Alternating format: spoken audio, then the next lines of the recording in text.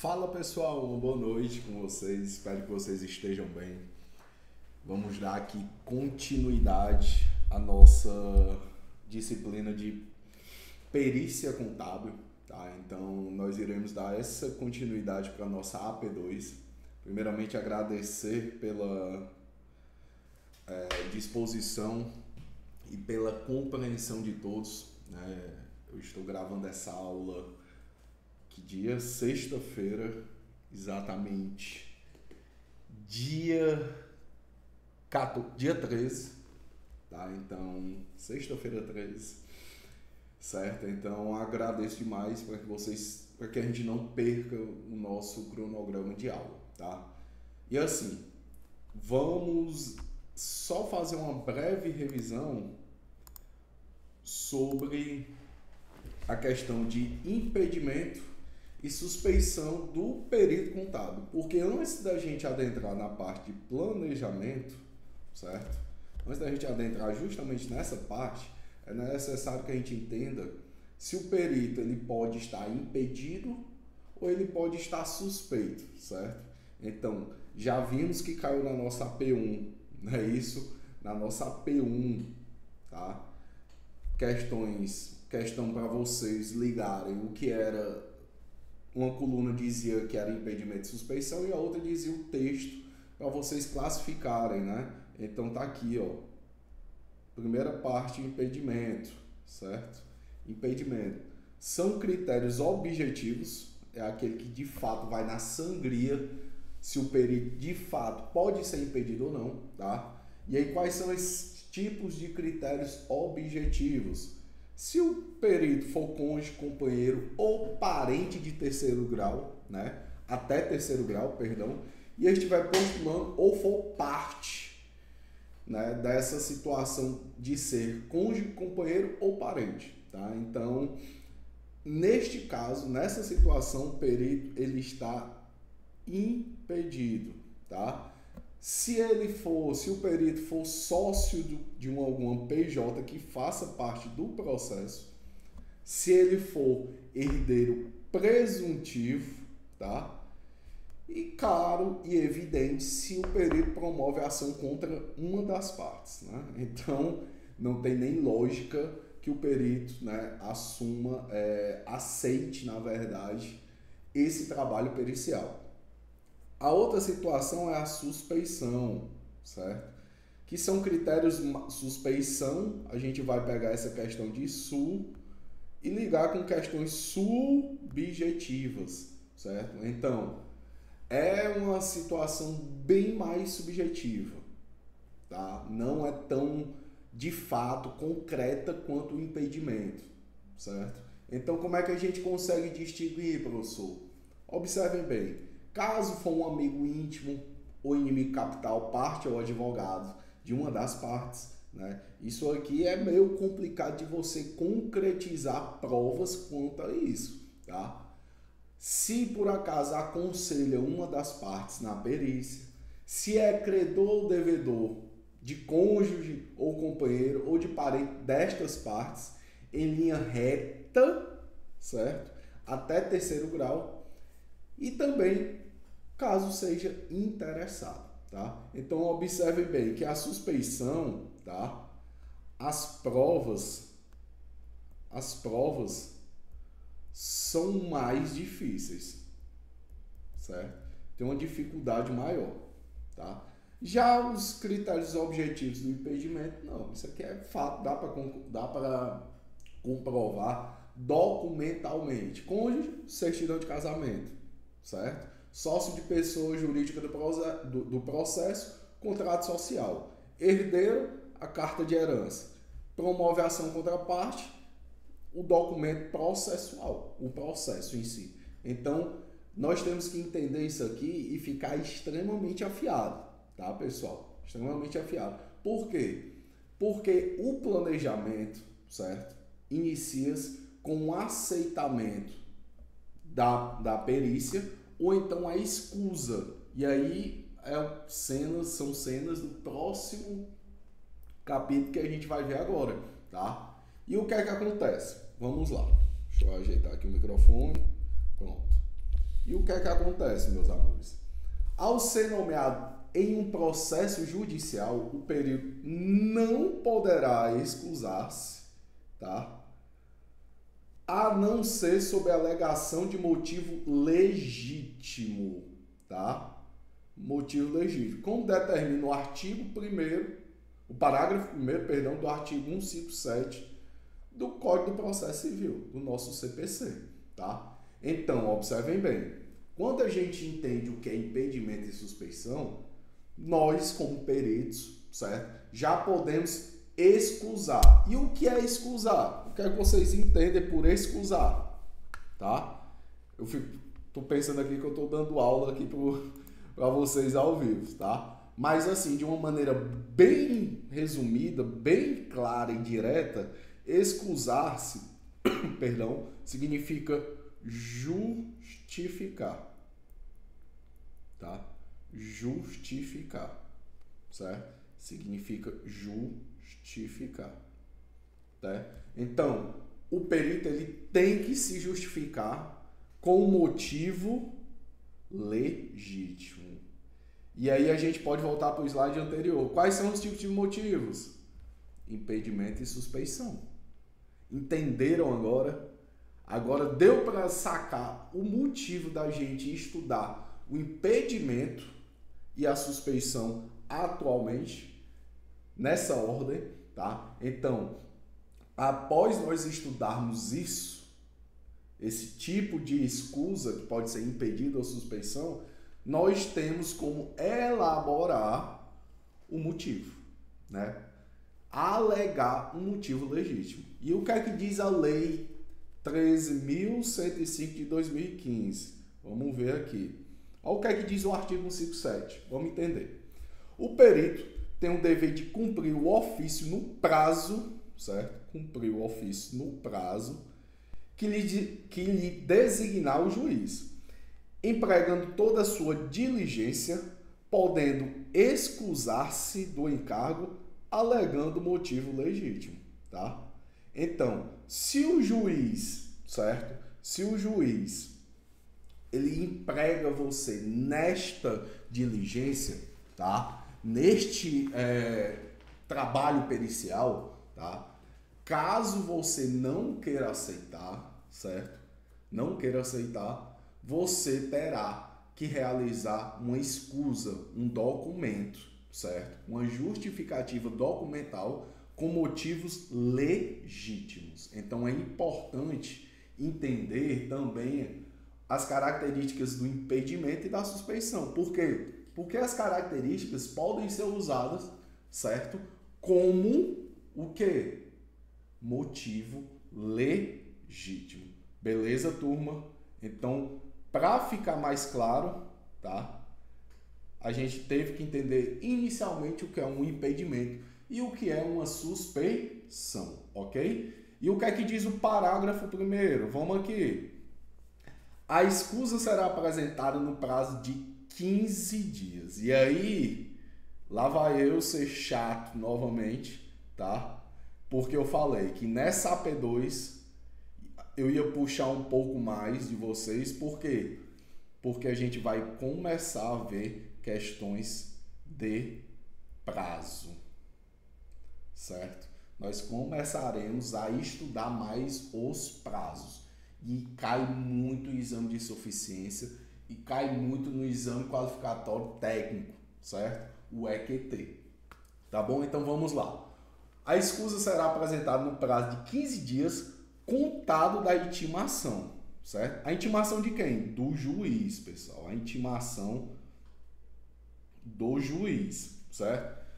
Da suspeição ou do impedimento supervenientes, sob pena de renúncia ao direito de alegar, tá? Então, é importante nós entendermos, tá? Este prazo. Recebeu o documento, recebeu a intimação do juiz, certo? A escusa tem que ser, a justificativa tem que ser apresentada no prazo de 15 dias. Perfeito? Ok? Vamos adiante, então. Continuando. Artigo 467, vamos lá. Eu vou grifando aqui, circulando os artigos, para que vocês possam ter uma leitura a mais, tá? A mais. Vamos lá. O perito pode excusar-se, certo? Ou ser recusado por impedimento ou suspeição, tá? O que é que o parágrafo único diz? O juiz, ao aceitar a escusa, ou ao julgar procedente a impugnação, nomeará um novo perito, tá? Quando o juiz convocar, vamos usar a palavra convocar o perito para esse tipo de perícia judicial, certo? Que é o que nós estamos vendo aqui, tá? Ele tem a opção, né, o julgamento de aceitar ou declinar a escusa, certo? Ou julgar procedente a impugnação, beleza? Nesta situação, meus queridos e minhas queridas, após o juiz aceitar, certo? E julgar procedente essa escusa, beleza. O que é julgar procedente? É dizer, ok, eu julguei e aceito a sua justificativa, a sua escusa, tá? O próprio juiz tem que nomear um novo perito, certo? E aí é o que diz o artigo 465. Vamos lá, tá? Tá meio confuso, porque vem primeiro 467, depois 465, mas é o nosso Código do Processo Civil. Ok, vamos lá. O juiz nomeará o perito especializado no objeto da perícia, né? E aí vem de novo essa questão do especializado no objeto da perícia, e fixará de imediato o prazo para a entrega do laudo, né? Cenas dos próximos capítulos, ok? O prazo de entrega do laudo, quem vai determinar é o juiz, beleza? Mas assim, antecipando, spoilers do que a gente verá ainda nesta disciplina, nessa segunda parte da nossa disciplina. E o que é que o parágrafo 1º do artigo 465 diz? Incumbe às partes, dentro de 15 dias contados da intimação, e aí a gente volta, né? Do despacho de nomeação do perito, o quê? Arguir, né? Explicar o impedimento ou a suspeição do perito, se for o caso. Se não tiver que comentar, justificar o impedimento ou a suspeição, segue o jogo. Beleza? Vamos adiante. Tá? E pessoal, essa situação que nós acabamos de falar agora, tá? É a etapa principal do planejamento. Porque o planejamento da perícia, ela inicia-se antes mesmo do cargo ser ocupado por algum perito de juízo, certo? Então vamos ler aqui. A etapa inicial do trabalho pericial, que antecede as diligências, né? Olha o que eu acabei de falar. As pesquisas, os cálculos e as respostas aos quesitos, na qual o perito do juiz estabelece o quê? Metodologia dos procedimentos periciais a serem aplicados e elabora o laudo, tá? Elabora o laudo. Então, a etapa do inicial, ela de fato inicia-se antes de qualquer diligência pericial. Você vai, por exemplo, eu como perito tenho um assistente pericial, tá? Eu vou solicitar as diligências, repassar as diligências. Já começa antes, começa nessa questão da escusa e recusa da perícia. Começa aí, pessoal, tá? Então, é bom entender isso aqui, tá? É interessante entender isso aqui, ok? Vamos adiante.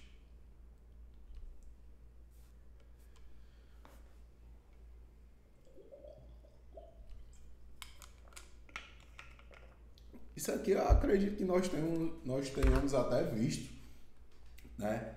Que o planejamento da perícia é a etapa do trabalho pericial que antecede as diligências, como nós vimos anteriormente, né? E olha só, mais uma vez, brincadeiras à parte, né? Tá no NBC TP01, tá?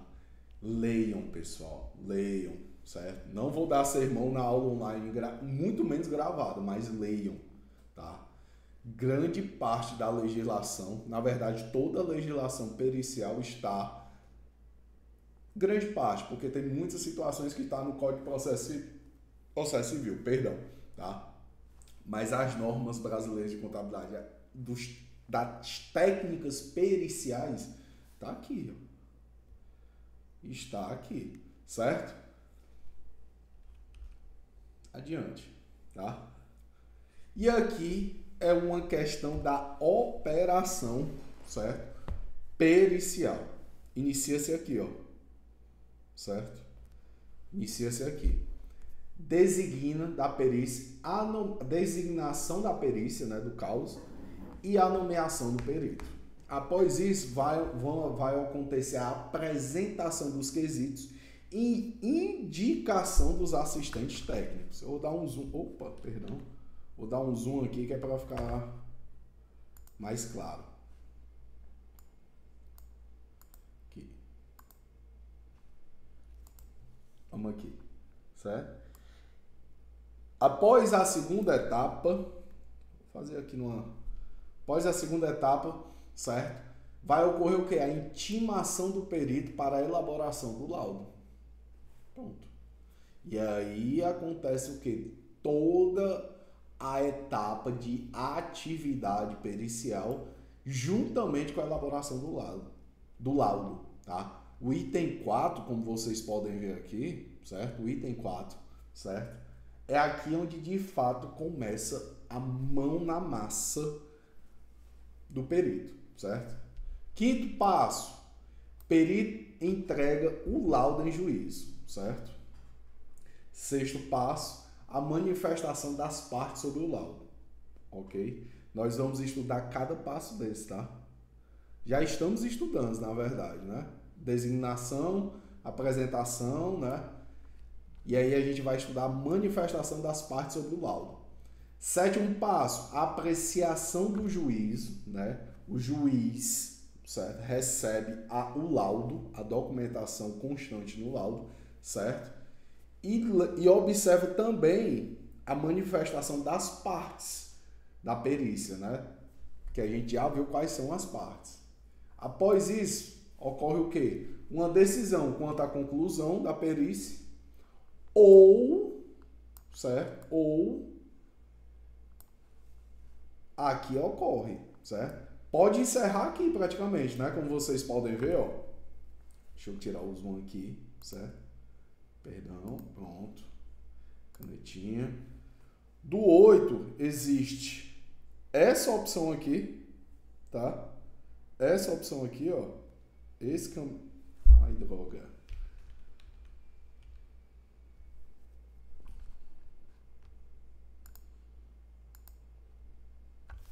Do 8, aqui, ó. Existe essa opção de vir aqui direto para o 9, tá? Ou, como vocês podem ver, já vem para esse item 10, tá? O que é o 9? Homologação do laudo. Ambas as partes entenderam, fecharam e ocorre o fim da perícia, tá? Caso não tenha uma decisão quanto à conclusão da perícia, sai do 8, em vez de ir para o 9, que está aqui embaixo, aqui, ó, vai direto para onde? Para o item 10. Observem que é a intimação do perito para prestar esclarecimentos, né? E aí o perito vai demonstrar toda a sua atividade pericial nestes esclarecimentos, certo? Ocorre também a entrega documental destes esclarecimentos. Novamente, como vocês podem ver, ó, nessa linha aqui, ó, nesse espaço, é simplesmente o espaço de manifestação das partes, certo? E aqui sim, novamente, nessa linha aqui, o que é que ocorre? É a linha de juiz, né? É a linha do juiz. Eu vou colocar aqui do lado. Eita, vou colocar aqui do lado, que é para ficar mais claro, tá? Mas essa parte aqui é a linha do juiz.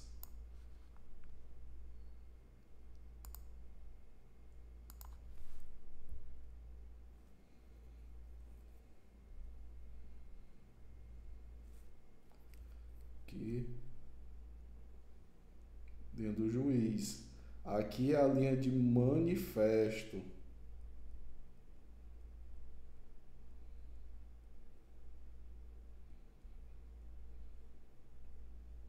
manifesto. Ok? E aqui volta para a decisão quanto à perícia, tá? E aqui, nesse último item, tá? Poxa. Que nesse último item, meus amores, o que é que acontece? O que é que acontece? Pode tanto designar uma nova perícia, um novo trabalho pericial, ou... Aqui, ó. Tanto é que tá aqui, né? Designa uma nova perícia ou encerra esta perícia, tá? Então, agora sim, vem a parte boa. Vem a parte de quê? De nós entendermos como de fato funciona toda essa operacionalidade aqui de uma perícia, tá?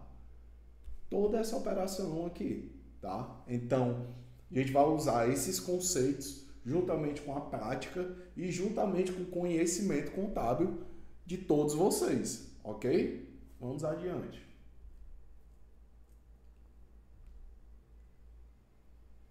E aqui, certo? Aqui existem alguns itens, tá? Alguns itens para que vocês possam ter uma ciência de quais são os objetos da perícia, tá?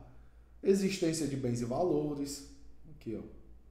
Saldo de contas e registros em contas, isso aqui que a gente já comentou em sala de aula, que é um dos gargalos da contabilidade, tá? Lançamentos em diário, contas de razão em suas análises, extrato de contas, né, um gargalo, apuração de custo, formação de preço, toda essa linha aqui, pessoal, toda essa linha, certo? Então, análise de resultado, análise patrimonial, certo? Tudo que tiver aqui são objetos da perícia, tá? Tudo. Imposto de renda pessoa jurídica, se está ocorrendo o recolhimento dos tributos, se está ocorrendo o recolhimento previdenciário, a análise de todos os tipos de contratos, são documentos, são objetos semelhantes ao de uma auditoria, pessoal. Não tem para onde fugir, tá? Vamos adiantar isso aqui, certo? Pronto. Aqui nós vamos entender o quê? Vamos observar a questão da elaboração de propostas, certo?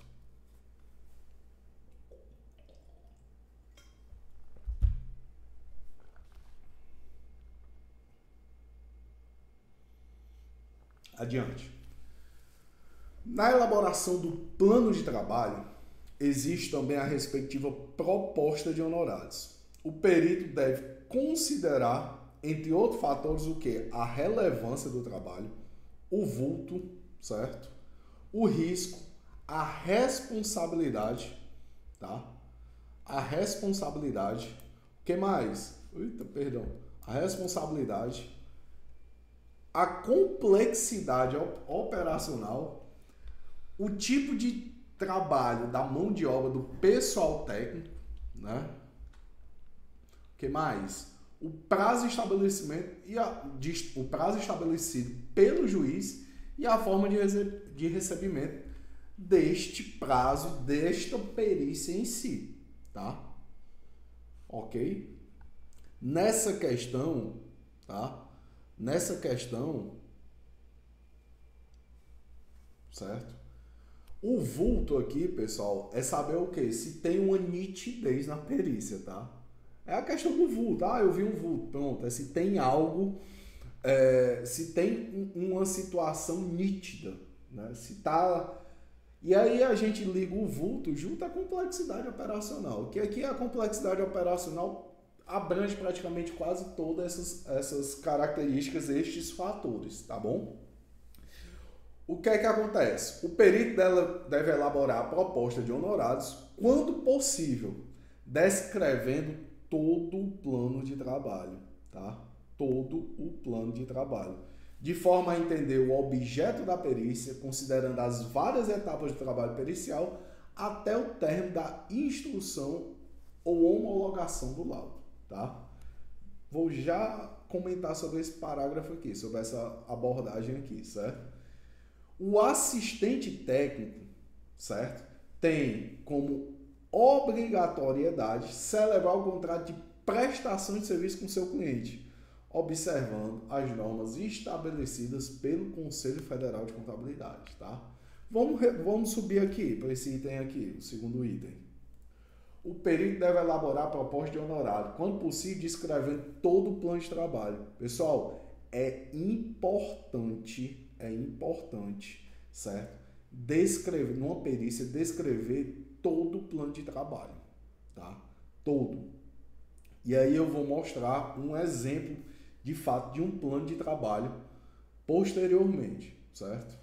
De forma a entender qual é o objeto da perícia e quais são as etapas que nós iremos, como peritos, trabalhar, tá bom? Adiante. Vamos postergar aqui, adiantar, tá? Olha só, isso está na legislação, tá, meus amores? Tá? Isso está na legislação. Então, parágrafo 2º, ciente da nomeação da Lei 13.105, do artigo 465, tá? O parágrafo 2º diz o quê? Ciente da nomeação, o perito apresentará em 5 dias, olha só, tá? A proposta de honorários, o currículo, certo? O currículo do próprio perito e os contatos profissionais. E aqui é fácil. A parte mais fácil é essa última aqui, tá? A parte mais fácil é o item 3 aqui. Aqui é a alegria. Que a gente pode até desenhar aqui uma carinha de alegria aqui. Essa é a parte mais fácil. Currículo, caso você tenha seu currículo aí já em mão, já envia. E a proposta de honorários, certo? A proposta de honorários, ok? As partes serão intimadas, tá? Da proposta de honorários, ambas as partes, tá? Ambas as partes. Para, querendo manifestar-se num prazo comum de 5 dias,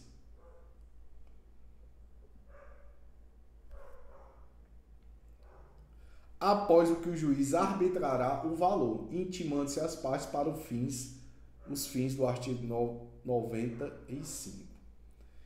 Vamos fazer aqui uma breve dica, tá? Uma breve dica referente a prazo. Quando a questão for elaboração de proposta, principalmente a elaboração de proposta, a gente entende que quando a gente fala elaboração de propostas, é muito voltada a honorários periciais, tá? Tudo que for regido a elaboração de propostas, que quer dizer os honorários do perito, são 5 dias de resposta, tá? Só observar, 5 dias aqui para o perito apresentar e 5 dias, né, também para ambas as partes, né, manifestar um prazo como ambas as partes, o juiz arbitrará o valor, né, se vai ser esse valor ou não, ok? Entendido, pessoal? Então, ó, anotem aí, certo? 5 dias, quer dizer, tudo que for referente a propostas de honorários, certo? Elaboração de propostas, o prazo de resposta, né? O prazo de apresentação são de 5 dias, ok? Beleza? Adiante. Isso aqui cai muito no exame de qualificação técnica, tá? E olha só que importante. O perito nomeado poderá requerer a liberação de até 50% dos honorários. É mesmo? Quando julgar necessário para custeio antes do início dos trabalhos. Sendo defeso o perito receber os honorários diretamente dos litigantes ou de seus procuradores ou prepostos, salvo disposição em contrato determinada pela autoridade competente. Certo? Ah, professor, que coisa boa, então 50% eu já recebo 50%. Não, calma. O que é que eu comentei que era importante colocar, realizar? Isso aqui, ó. O plano de trabalho. É através do plano de trabalho, certo? Que os requerentes, os litigantes, certo? E o juiz irá julgar, certo? Se liberará ou não os 50%, até 50% dos honorários, tá? Então, observem só a importância do plano de trabalho, tá? Tem que observar isso, beleza? Vamos lá, adiante.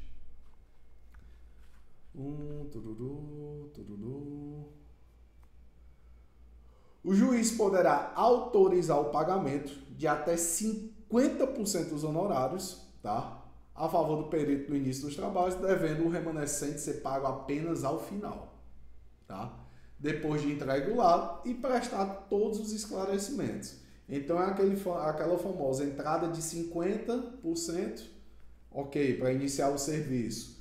Só vai receber o restante ao fim do serviço pericial. Perfeito? Adiante.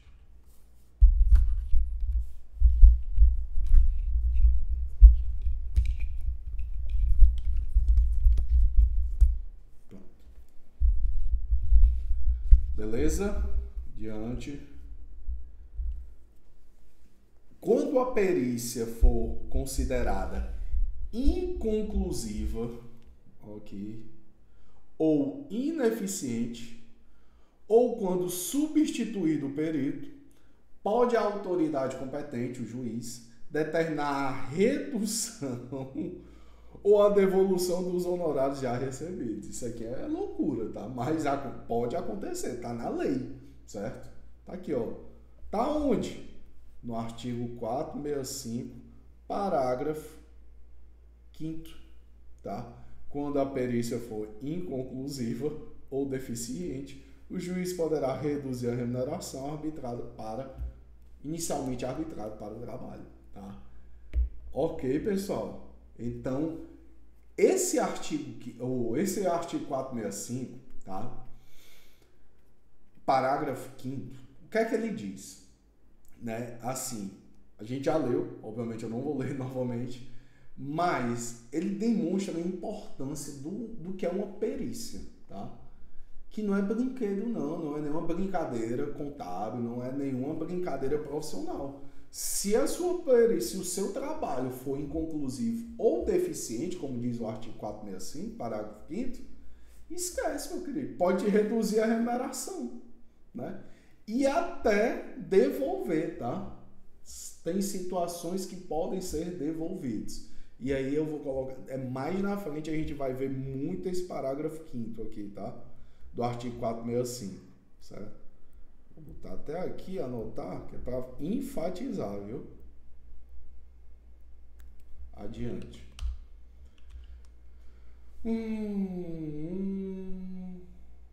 Os honorários periciais fixados ou arbitrados, né, o juiz ou julgado, e não quitados, podem ser executados judicialmente pelo perito em conformidade com os dispositivos do Código Civil. Aqui é o famoso calote, né?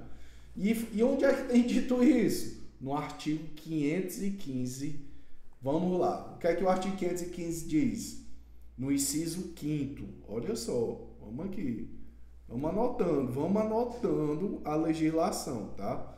São títulos executivos judiciais cujo cumprimento dar-se-á de acordo com os artigos previstos no título.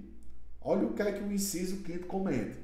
O crédito de auxiliar da justiça quando as custas, emolumentos ou honorários tiverem sido aprovados por decisão judicial, tá? Então, o que são emolumentos, professor? O que são emolumentos? Alguém tem a noção do que é emolumentos? Me digam aí. Toda vida eu tô pensando que eu tô dando uma aula online ao vivo, mas é a prática, tá? Emolumentos, meus amores, não sei se vocês já viram questões de cartório, ou se alguém já participou de alguma situação judicial, certo? São os tributos, emolumentos são os tributos cobrados pelo Estado, ou por agentes delegados, tá?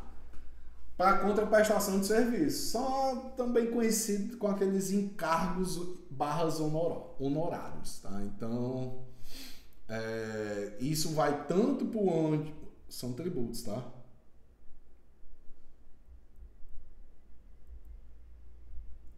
Vou colocar aqui rapidinho, certo? Isso vai tanto na seara judicial quanto extrajudicial, perfeito? Adiante. Meu Deus, deixa eu ver se está gravando aqui. Tá.